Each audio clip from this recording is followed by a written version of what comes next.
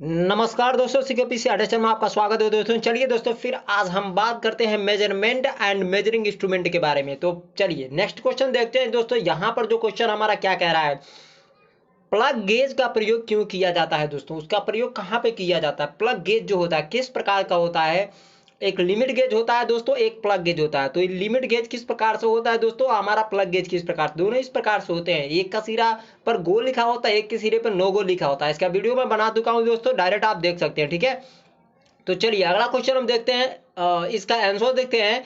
कारखंडों में छिद्रों का व्यास जांचने के लिए कोई जॉब है दोस्तों। मान लीजिए कि इस प्रकार से कोई जॉब है, इसमें होल है, तो इसके होल के सिलेंड्रिकल होल को जांच करने के लिए हम कारखंडों के छिद्रों को व्यास को जांच करने के लिए हम प्लग गेज का यूज करते हैं दोस्तों। चलिए अगला क्वेश्चन देखते हैं दोस्तों, क्या कह रहा है हमारा। यहाँ पे इसका पूरा एक्सप्लेन दिया हुआ है दोस्तों। ठीक है, सरफेस गेज के द्वारा क्या किया जाता है। सरफेस गेज के द्वारा, सरफेस गेज के तो मार्किंग ब्लॉक दोस्तों, ऑप्शन नंबर से सरफेस गेज द्वारा क्या किया जाता है, तो मार्किंग किया जाता है दोस्तों। किसी भी जॉब पर, समतल सतह पर देखा जाए दोस्तों, तो जैसे लेथ मशीन पे आप लोग अगर गए होंगे तो वर्कशॉप में देख चुके होंगे कि लेथ मशीन जो होता है उसमें क्या होती है कि सरफेस प्लेट जो होता है उसमें एक स्क्राइबर लगा होता है और किसी जाप पर वो मार्किंग करने के काम में लाया जाता है दोस्तों। कुछ इस प्रकार की होती है। ठीक है, सरफेस प्लेट जो होता है, ओके, तो उस पर मार्किंग करने के काम में लाया जाता है। चलिए अगला क्वेश्चन देखते हैं दोस्तों, क्या कह रहा है यहाँ पर।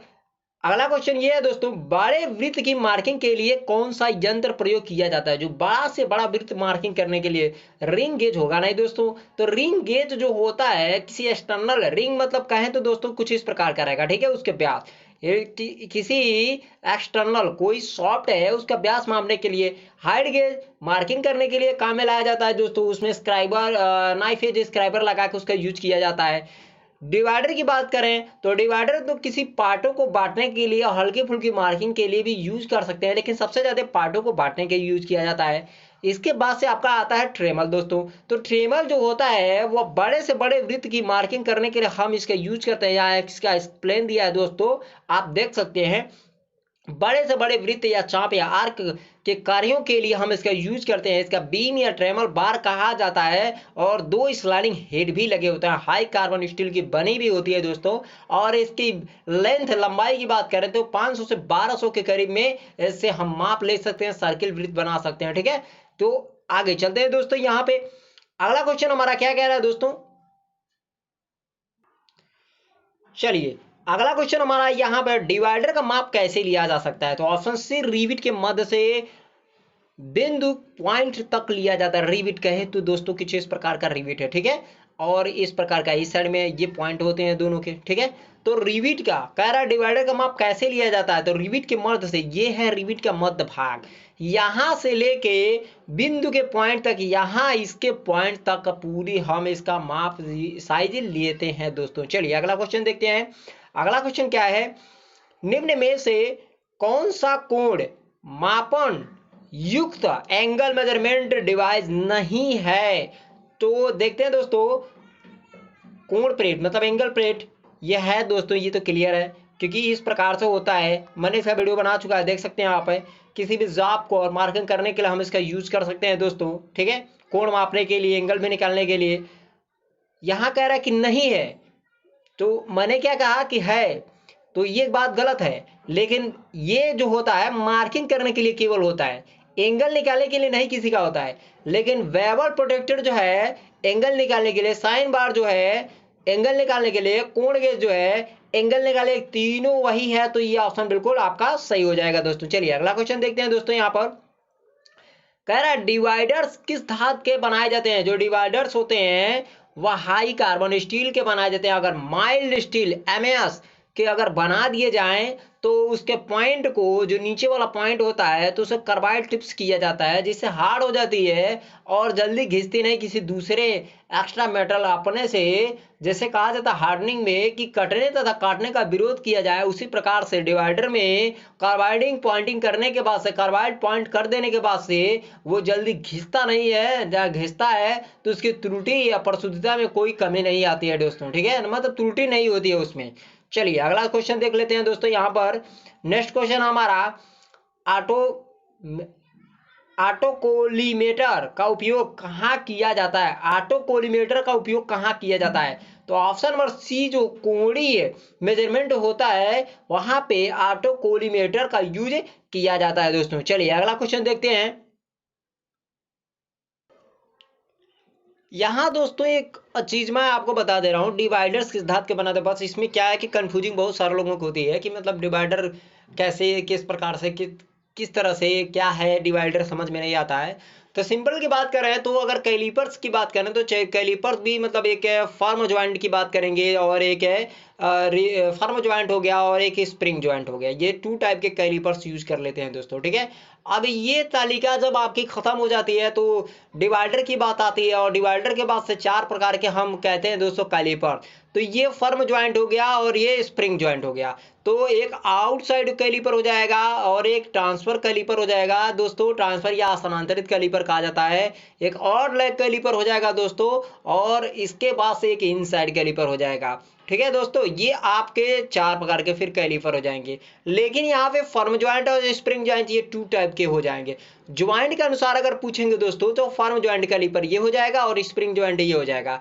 लेकिन प्रकार के अनुसार से कैलिपर कितने प्रकार के होते हैं तो यहाँ पे आउटसाइड कैलिपर हो जाएगा और लेग कैलिपर हो जाएगा। जैसे और लेग कैलिपर जो होता है उसे जेनी कैलिपर, हर्माफ्रोडाइट कैलिपर, लंगड़ा कैलिपर, इस प्रकार से हम यूज चलाते हैं दोस्तों। या ट्रांसफर कैलिपर और इसके बाद इनसाइड कैलिपर जो होती है तो ट्रांसफर को स्थानांतरित कैलिपर कहा जाता है कि वहां कहा जाए तो दोस्तों उसमें दो या तीन पक्तियां होती है और स्थानांतरित करने के काम में भी लाया जाता है। और इसके बाद से इनसाइड कैलिपर की बात करेंगे तो अंदरूनी जैसे कि किसी भी जगह पे मान लीजिए यहाँ पे होल है तो यहाँ का अंदरूनी माप लेना है तो ये भी इनसाइड कैलिपर को डालेंगे, इसका माप लेंगे और स्टील रूल से ले आके डायरेक्ट मेजरमेंट ले लेंगे। तो ये सारे इनडायरेक्ट मेजरमेंट होते हैं दोस्तों, ठीक है। तो उसी प्रकार से हमारा सिंपल में आता है दोस्तों को डिवाइडर, ठीक है। तो डिवाइडर में क्या होती है कि जैसे कि जब हम जॉब पे मार्किंग करते हैं, कोई जॉब है और जब मार्किंग करते हैं तो क्या होता है कि दो पार्टों में बांटने के लिए ये सिंपल डिवाइडर का यूज कर लेते हैं, ठीक है दोस्तों, ठीक है। तो ये इतना डाउट था, आपको क्लियर करवा दिया। यहाँ एक डाउट और मैं बता रहा हूँ दोस्तों यहाँ पर आपको कि स्टैंडर्ड वायर गेज की बात कर रहे हैं। तो स्टैंडर्ड वायर गेज एक बीच में होल होता है और कुछ इस प्रकार की सर्किल होती है और सारे सर्किलों में कुछ इस प्रकार के ब्याज छोटे बड़े बने होते हैं, ठीक है। तो ये क्या होती है दोस्तों, सबसे पहले जान लेते हैं कि इसको SWG कहा जाता है। SWG तो स्टैंडर्ड वायर गेज कहा जाता है और ये बनती है स्टील की एक मोटी 3 mm की, 3 से 6, लेकिन सबसे ज्यादा 3 mm की बनती है। 3 मिलीमीटर की एक प्लेट बनी होती है, ठीक है। ये 41 के क्रम संख्या के पीछे में मिलती है, कहीं कहीं पे 31 भी दिया हुआ है दोस्तों, ये बनती है। यहाँ पर नंबरों की अंख्या क्या होती है कि इसके पीछे दिए रहते हैं और इसका यूज कैसे कर लेते हैं कि तार के व्यास को मापने के लिए या किसी सीट की थिकनेस मतलब मोटाई को मापने जब इसमें डाल देंगे तो जब ये मतलब बिल्कुल सिंपल चला जाए और इसके आगे वाले में हल्का सा टाइट जाए तो ये वाला हो जाएगा दोस्तों, ये वाला ना छोड़ देंगे तो इसका माप ले लेंगे कि इसका रेंज डायमीटर या मेजरमेंट या मिलीमीटर इसका इतना है दोस्तों, ठीक है। तो इस प्रकार से ये भी क्लियर आपका हुआ। इसके बाद से आपका ये प्लग गेज में थोड़ा सा डिफरेंट हो रहा था। तो प्लग गेज जैसे लिमिट गेज, प्लग गेज जो होते हैं ये बहुत सारे गेज है दोस्तों। तो गेज का एक्सप्लेन अभी मैं वीडियो बनाई इसको बनाया हूं, लेकिन आपको धीरे धीरे वीडियो बना दूंगा। तो गेज जो होता है कि मास प्रोडक्शन उत्पादन मतलब विशाल उत्पादन के लिए हम गेज का यूज कर सकते हैं क्योंकि अर्धकुशल कारीगर भी दोस्तों इसका यूज करता है, ठीक है। अर्धकुशल कारीगर कहें तो दोस्तों जैसे कि ITI वाले अगर हो गए तो ITI वाले या पॉलिटेक्निक वाले, जैसे पॉलिटेक्निक जो आपका जे इंजीनियर जूनियर इंजीनियर हो जाएगा और ITI क्या हो जाएगा, स्किल फुल स्किल मैन हो जाएगा, 5 साल 10 साल कर लेगा।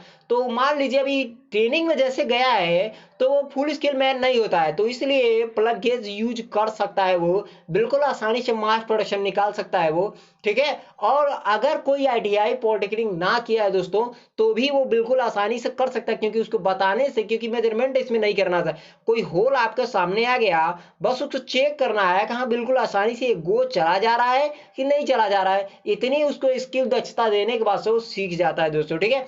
तो यहाँ पर हम जो बात कर रहे हैं आपकी प्लग गेज और लिमिट गेज की बात कर रहे हैं, तो लिमिट में जांच करने के लिए और प्लग गेज की बात है, दोनों की बात करेंगे तो गो और नो गो दोनों सिरे पर लिखे होते हैं दोस्तों, ठीक है। तो इस प्रकार के क्वेश्चन आप क्लियर करते जाइए। और यहाँ पे एक सरफेस गेज की बात कर रहे थे, ठीक है। तो सरफेस गेज जो होता है, आपको मैंने बताया था कि जिस प्रकार से दोस्तों स्क्राइबर की कहानी आप सुने होंगे कि किसी भी जाप पर मार्किंग रेखा खींचने के लिए हम स्क्राइबर का यूज करते हैं दोस्तों, ठीक है। जिस प्रकार से पेंसिल कागज पर पेंसिल के द्वारा हम लिखते हैं या निशान लगाते हैं या खींचते हैं, उसी प्रकार से धातुओं पर रेखा खींचने के लिए, निशान लगाने के लिए, चिन्हित करने के लिए हम स्क्राइबर का यूज करते हैं। उसी प्रकार से सरफेस गेज, इसका नाम है सरफेस गेज या मार्किंग ब्लॉक, ठीक है दोस्तों। सरफेस गेज या मार्किंग ब्लॉक ये दोनों नाम इसके ही हैं, लेकिन सबसे ज्यादा लेथ मशीन पे यूज किया जाता है, बेलनाकार जाबों पे यूज किया जाता है मार्किंग करने के लिए दोस्तों। इसकी आकृति की बात करेंगे तो कुछ इस प्रकार की इसकी आकृति रहेगी।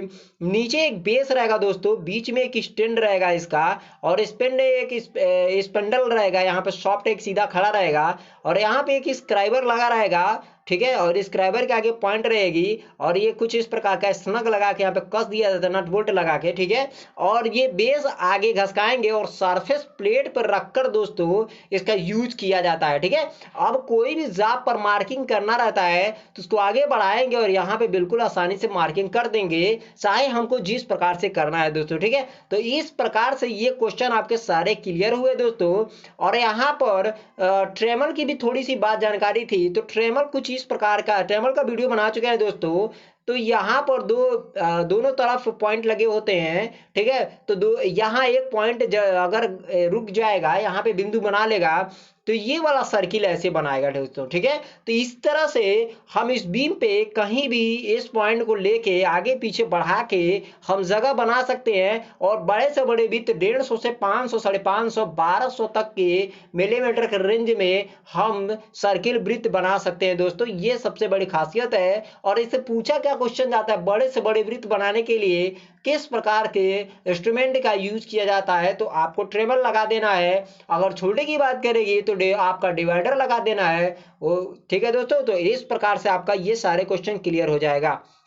चलिए दोस्तों, अगले वीडियो मिलते हैं, नमस्कार।